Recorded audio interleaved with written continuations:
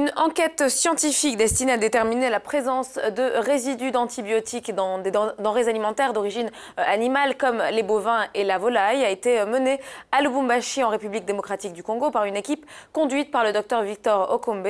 Il en ressort que le taux de présence d'antibiotiques est élevé dans la viande de bœuf et la volaille vendue. Les seuils vont de 20 à 67%. Et nous sommes justement en ligne avec le professeur Okombe afin de mieux comprendre ce que cette découverte scientifique signifie. Monsieur Okombe, bonjour. Alors, comment pouvez-vous expliquer en termes simples ce que l'on entend par résidus d'antibiotiques dans des denrées alimentaires d'origine animale? En fait, de manière basique, comme vous le dites, c'est que nous sommes en élevage.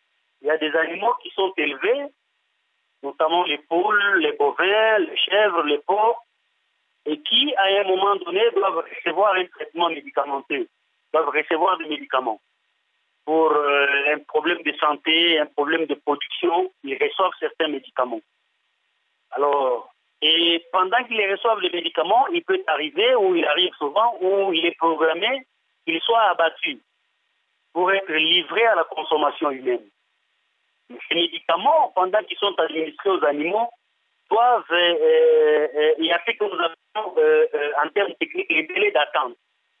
Il faut qu'entre le dernier traitement médicamenteux, notamment antibiotiques, notamment antiparasitaires, et notamment il y a des hormones aussi qui sont données, le dernier traitement et la date de livraison, selon les produits, selon que l'animal donne des œufs, donne du lait, donne de la viande, il y a des délais d'attente.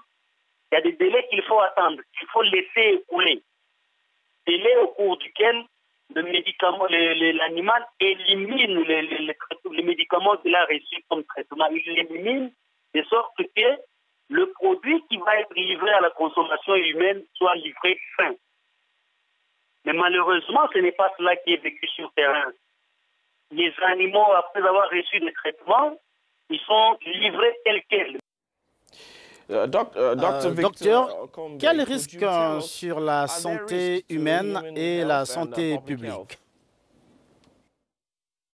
Ce problème a effectivement des risques sur la santé de l'homme.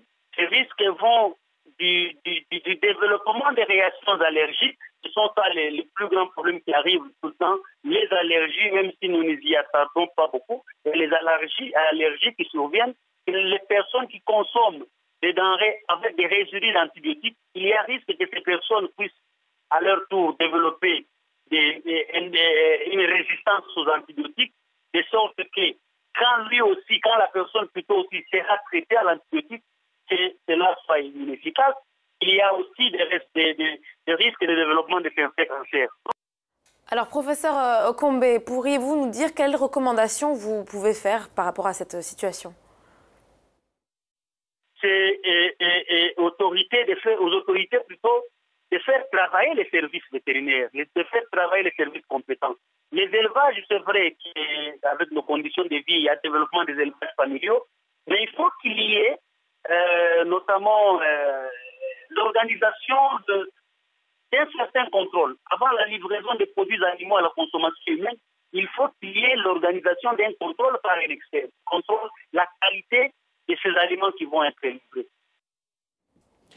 Voilà, merci docteur pour ces explications. Docteur Victor Okombe, il enseigne à l'université de Lubumbashi.